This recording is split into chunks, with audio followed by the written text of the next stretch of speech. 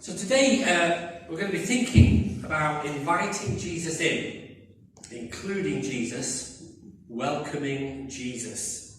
And to help us to do it, we're going to use this Bible story today, and we're going to see, or we're going to try and sort of bring out the fact that this kind of comes out in two particular parts of this Bible story. I think the first part is really obvious, because it says, doesn't it in the Bible, Martha opened up her home to Jesus. Verse 38, as Jesus and his disciples were on their way, he came to a village where a woman named Martha opened up her home to him. Martha invited Jesus and his disciples into her home. I must admit, when I read that, I thought about my dad. My dad was a postman for 20 odd years. And he kind of did about two different, in all those years he probably did about two kind of what they call rounds. So he was on the same patch for a long time. And if you ever know my dad, he was a talker. And you think, I know where you're getting from now. But he was a real talker, was my dad. And as a postman, and he knew everybody in the community, and he had many stops on his round. He had a breakfast stop and an early tea stop, and a midday cake stop. I don't know, he didn't do it really. He just kept stopping as he came by these houses, and it was these kind of community postmen where he gets welcomed in and have a variety of stops along his round. Anyway, that's just a bit self-indulgent. That's what I thought about when I read this. Now, we often use the term, don't we, invite Jesus in or open our hearts to Jesus when talking about someone becoming a Christian. You might have heard that term before. We sometimes use the verse in Revelation. Revelation 3 verse 20 says, "Here I am, I stand at the door and knock. If anyone hears my voice and opens the door, I will come in and eat with that person and they will be with me." And we sometimes use that verse, don't we? We talk about the door being really the door to our heart. And we kind of say that we all have like an imaginary door in our heart. And Jesus is knocking on the door of our heart. And we sometimes say that the door handle is on the inside. There's a great picture by a guy called Holman Hunt who drew this picture from that verse. And there's no door handle on it. And someone once said, "Where's the door handle on the door?" And he said, "Oh no, it's only on the inside." What he was saying is that we have a choice. It's our choice whether we open the door of our heart to let Jesus come into our lives. But the promise of that verse is that when we open the door to our heart to Jesus, he says, "I will come in." He doesn't say, "I might do, see how it goes, we'll see what day it is, see how I'm feeling." The Bible says, if we open the door of our lives to Jesus, he will come in. When someone opens their heart, their life to Jesus, when they invite and welcome him into their lives by the Holy Spirit, it's probably one of the, maybe the most amazing of things. When someone gives their life to Christ and opens their heart to Jesus. And next Sunday, perhaps we're going to do our service where we welcome some new people into membership, and we're going to hear a little bit, all thinking, what? We're going to hear just a little bit about their story, about maybe when somehow some of them will talk a little bit about how that happened for them or what that means to them now. Really looking forward to that next week. But you see, many of us have done that. Many of us will say, well, we've opened our hearts to Jesus, we've welcomed him into our lives, he's the Lord of our lives, he's our friend. But then, from that point on, I think there's a constant challenge to Christians. And the challenge is to allow Jesus to have what I put down on my paper as an AA Pass, an access all areas pass to our lives. And that's why I brought, you see these welcome mats, I believe some of you won't see them sneaked in at the back. But at the front of church here, there are 4 welcome mats. So I can hold them up. There we go. For the sake of those watching on YouTube. There is a welcome mat. There is a welcome mat. There's 4 of them at the front of church. In our Bible story today, Martha welcomed Jesus into her home. So perhaps our first question today is Jesus an invited, welcomed guest in our homes? And if yes, what does that look like? Does it mean we say grace before a meal? Or does it mean that we have a Hannah Dunn picture on our wall? Many of you will have one of those. What does it look like to have Jesus as part of our home life? It's a question. Not that I've got a lot of answers for to give you today. But as I thought about Martha inviting and welcoming Jesus into her home, I thought about how Jesus wants to use his AAA Pass, his Access All Areas Pass, into all the areas of our lives. So then the question is the welcome mat out for Jesus when it comes to our work, for example? Is he welcomed in our leisure time, or when we're with our friends, especially maybe those non-Christian friends? What about, is he welcomed as we make financial decisions in our lives, or moral decisions? What about how we treat people and speak to people? Is Jesus welcome in all the different relationships that we have around us? Is Jesus welcomed into our problems, into our social life, or even into our social media life? You know, it's perhaps easier to welcome, to include Jesus when we come to church. Though sometimes I think maybe that's not the case, because sometimes I can see people and they're like, oh, he's not coming near me today, that Jesus. I know, we know, we've all been there. But what about outside the walls? What about welcoming Jesus into the normality of the day-to-day of the rest of our lives? What does it look like to invite and welcome and open up and include Jesus into all these different areas of our lives? A few years ago now, in our small group, which we call Pods, I remember us doing a course by LICC, London Institute of Contemporary Christianity. And they provided this little course, and it was called Frontline. And I remember us in our small group doing this Frontline course with a DVD and then discussion questions. And it was a real challenge, because the whole challenge of the course was, how do we welcome Jesus? How do we put Jesus in the kind of the front line of our lives? Not when we're in church, and it's perhaps a bit easier and comfortable, but when we're in the different places of our church, in our lives. Especially at the time was our work time. And I remember one of the people who were on our course, I think it was Jill Brogden at the time, she said that she was a teacher in school, and she would say that she had a fob to get into her school, as you would expect. And she said the challenge for her was, every morning when she went to fob the door entrance to her school, she would just pause and she would say, Jesus, I welcome you into my work, into this school today. And she'd just fob and then go in to school with Jesus. I thought it was a great example. I was talking to Pete last week, he said I was alright to share this, but he was talking about being away with work, and Pete travels away with work quite a lot, and he said the other week he was in a big conference with a lot of other kind of colleagues and other people, it's like a conference or an exhibition or something, wasn't he? And he was saying that the temptation there is that at night time after the exhibition they all go out, and they all go out and drink, and drink, and drink, and drink. Now I know people like to drink. I know that. I'm not spending any here. But what he was saying is it's a challenge, but he doesn't go fully into what they were doing. Yeah, we know that I'm sure it's okay to go out for a drink with the guys, but then if they're going to keep going and keep going and keep going, then that puts a challenge on our faith, doesn't it? And Pete was saying he felt a challenge a little bit of not being involved in that to their extent. How is Jesus involved in those different aspects of our lives? Is he welcome there, really? Really? Or do we close the door when we go and do some of those things? Another area that I believe Jesus wants to be welcomed into, be part of, is our feelings. And again, maybe we don't always think about it. But I think Jesus wants to be involved in our doubts, and our hurts, and our hopes and our dreams. He wants to be involved in our disappointments and our worries and our anger, and even our hates. And I don't mean for me when someone puts peas on my plate, okay? Sometimes it builds up in us. We hate to it at a level can hit us. We involve Jesus in our feelings, in what goes on inside of us. Do we just try and sort them out and cope on our own? Maybe we ask Jesus as a last resort. There used to be there's a song, a video that I've shown in church a number of times. And it's a video of kind of Jesus, this character Jesus being in everyday life with people. He's there with the bin man, he's there when someone has a baby, and he's there when someone suffers. And it's a video, a lot of people know it because I've shown it a number of times in church. It's a really good song and kind of illustration. But we know that Jesus is with us all the time. But are we actually inviting him in? Are we actually acknowledging and talking and sharing and asking and listening to him in those different places?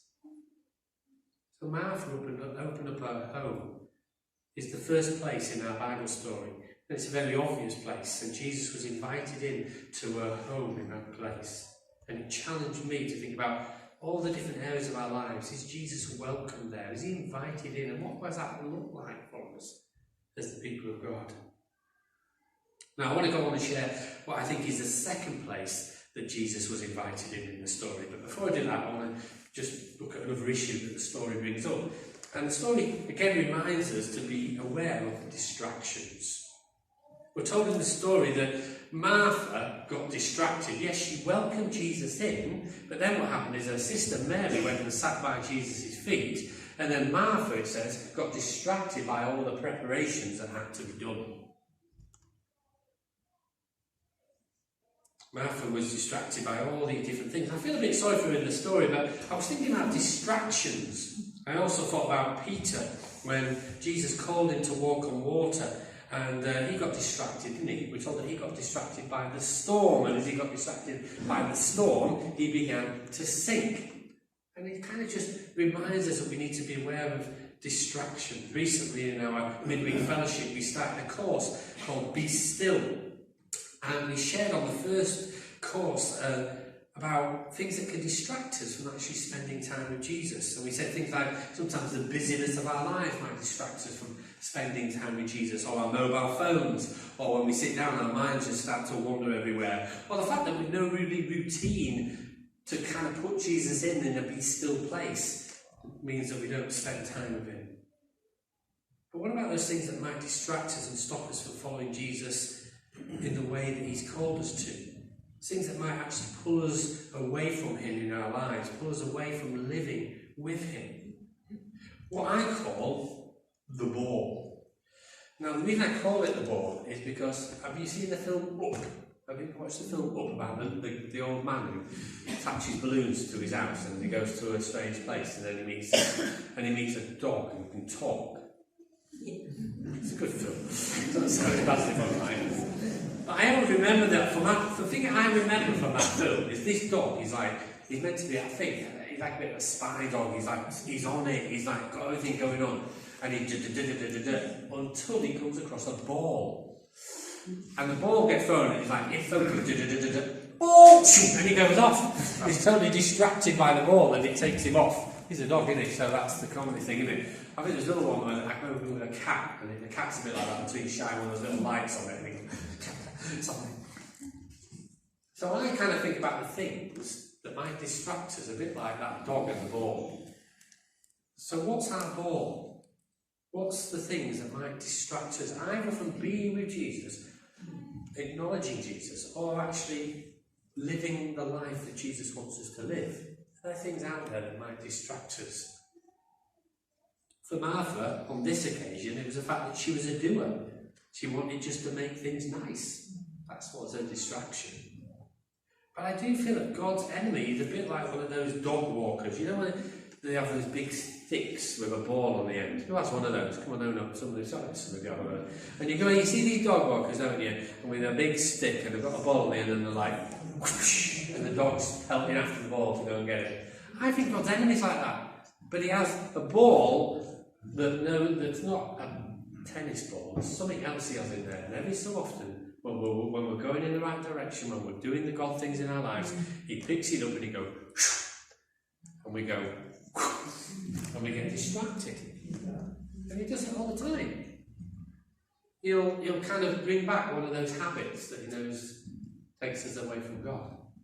Or he'll kind of put in a place of worldly pursuit. I think sometimes he uses relationships. He'll put us in a relationship that he knows will actually start to erode our relationship with God sometimes. He'll change our circumstances. He may even change our job. You know, I was thinking about that today. Someone I thought, they're always in church, and then they change their job, and now they can't be in church. And you feel that they start moving away from God because they're not in fellowship, because we know that fellowship fuels faith. We just have to be careful. What's the things that might distract us? What's the things that the enemy might throw that might just take us away from him? We need to be aware that it's so easy to be distracted from the path of God. And all I want to say to you about that is don't chase the ball. Alright? Don't chase So the first thing I'll talk about today is I started by saying we're going to have these two places where in the story Jesus is welcomed. The first is into the home of Martha, and this idea that the challenge to think about is Jesus a welcome guest in all the different parts of our lives, and if he is, what does that look like? The second thing was just to remind us that there are these things that come distracting us that will try and take us away from being with God or trying to live the life that God wants us to live. Don't chase the ball. But my last kind of point, it challenges me more than anything else. And I want to talk about this second place where I think Jesus is invited in the story. And this message came out of my devotions that I was reading on Monday morning. And the thoughts of the devotions are this: invite Jesus into our thoughts and into our mind. See, I know when I read that this is a really important issue for many people. It's a real battle. Many people struggle with the thoughts that go on inside our heads. And if I'm honest, I struggle with that as well at times. I want to understand it more. And I think, first of all, I can't really speak about it at all, because if I speak about that, I don't feel equipped to speak about it, because I have certainly not mastered it, if you see what I mean. I'm still battling it myself. I feel quite ill-equipped.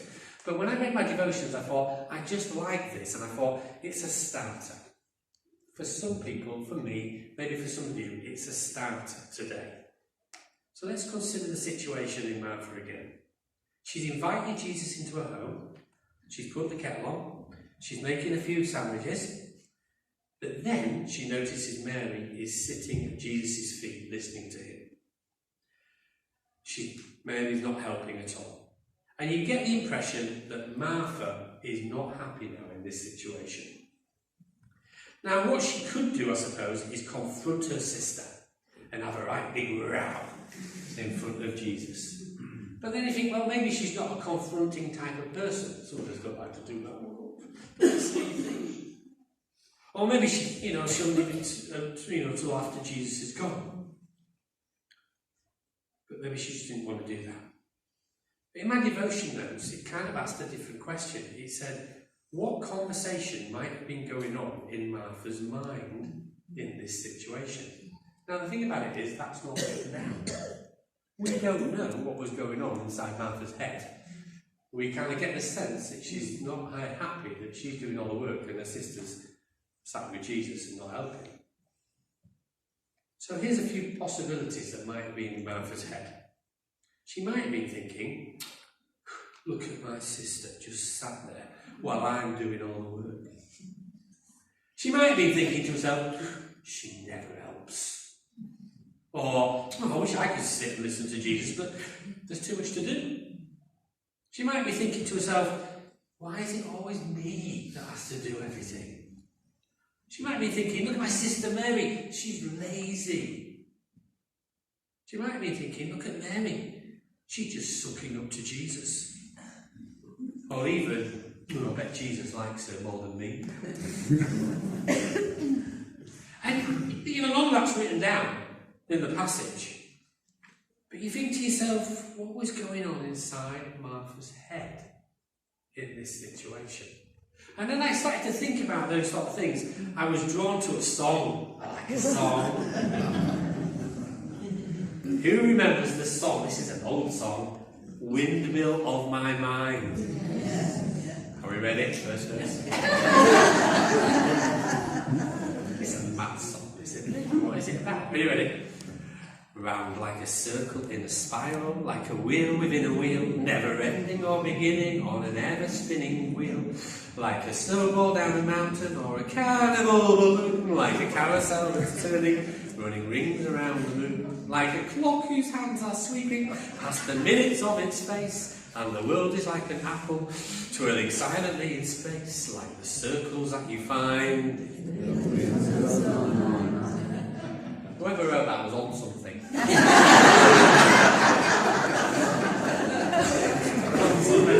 See the rest of it, I'm not singing it. I'm not singing the rest.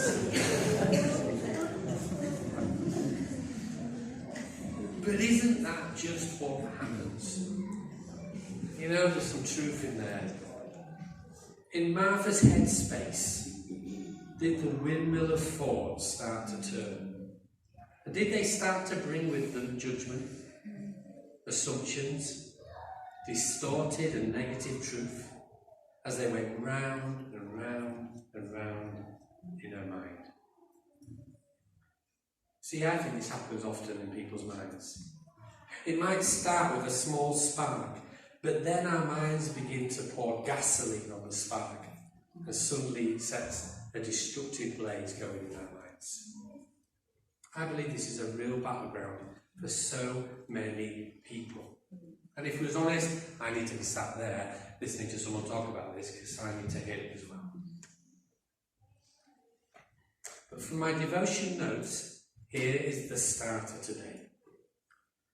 You know, one option was, we said that, well, another option maybe could have been for Martha was, she could have just let her mind simmer. She could have let her mind brood from that moment on. Perhaps she could have let that simmer and brood for years and years to come. Obviously, we would never do that, would we, about anything like that. But the brilliant thing that Martha did was that she interrupted her thought life and included and welcomed Jesus into the conversation. Now, perhaps you can see the reason Martha went to Jesus was actually because she wanted Jesus to correct Mary. That's really why she went. Oh, you kind of feel that. But what happened instead?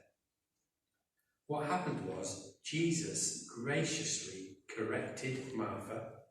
He gently ministered to Martha's mindset and to her relational discord. He helps her to refocus.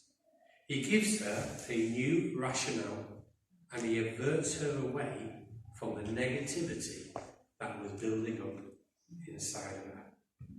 Just hear what he says.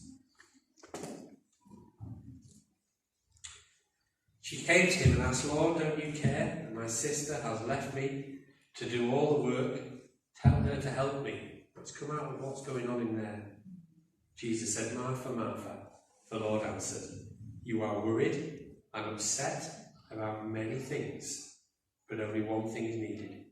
Mary has chosen what is better and is not to be taken away from her."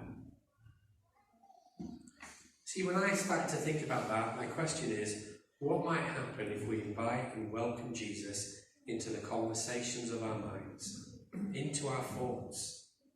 Especially when the windmill of worry and the windmill of negativity start to turn, when self-doubt starts to rise up, when distorted truth starts to filter in.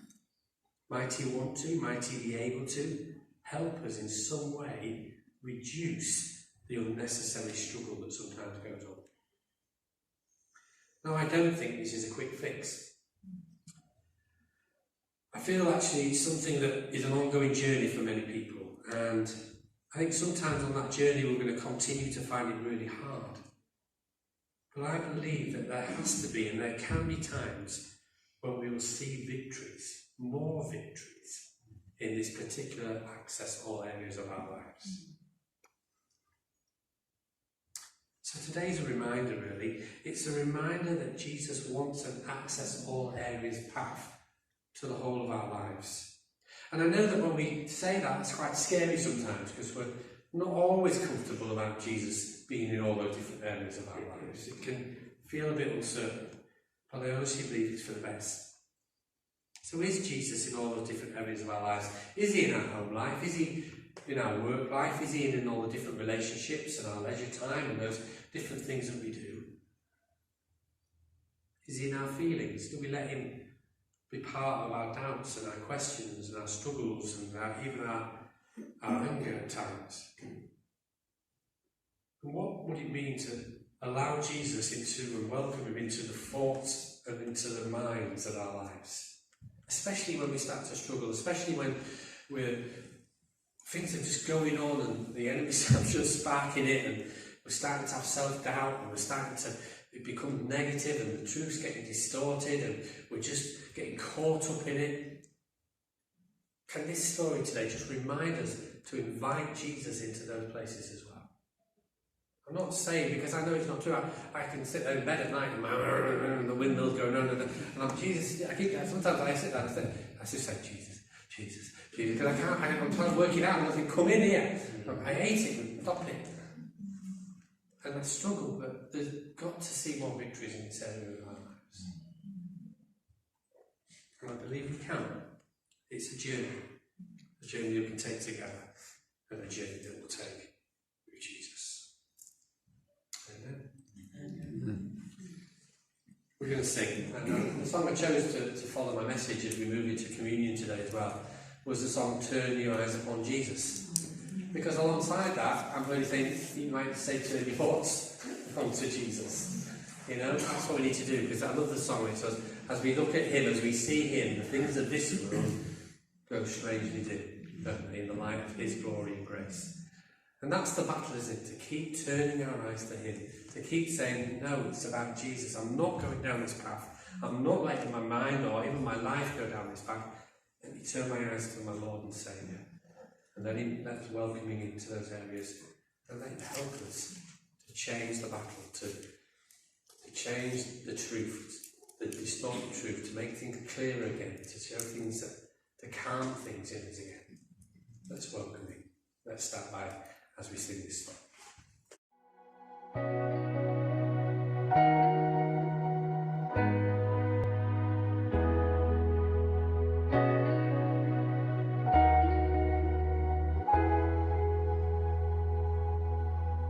Turn your eyes upon Jesus, look full in his wonderful face, and the things of earth will grow strangely dim in the light of his glory and grace.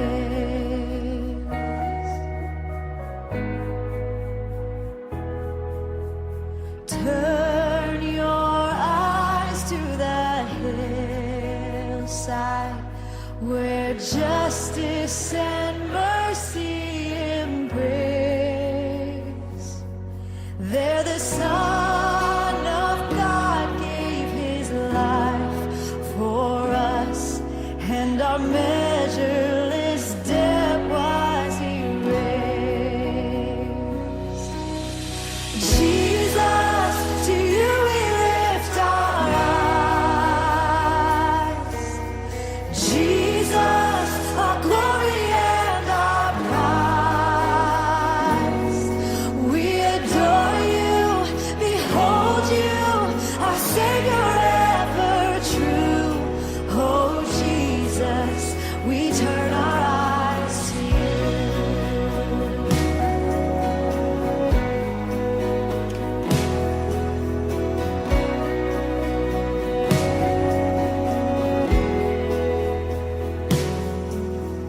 Turn your eyes to the morning and see Christ the Lion away. What a glorious dawn! Fear of death is gone, for we carry his life in our veins. Jesus, to you we lift our eyes. Jesus, our glory and our prize. We adore you, behold you, our Savior ever true. Oh Jesus, we turn our eyes to you.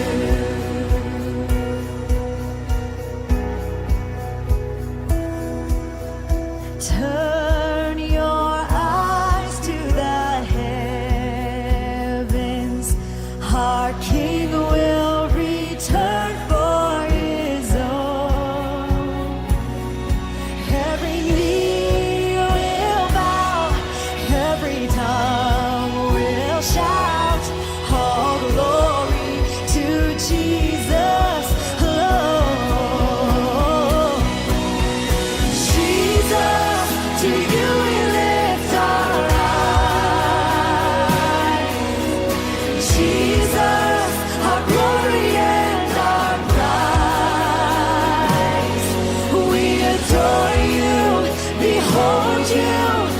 Savior ever true. Oh Jesus, we turn our eyes to you. Jesus, to you we lift our eyes. Jesus, our glory and our prize. We adore you, behold you, our Savior ever true. Oh Jesus, we turn our eyes to you. Oh Jesus, we turn our eyes.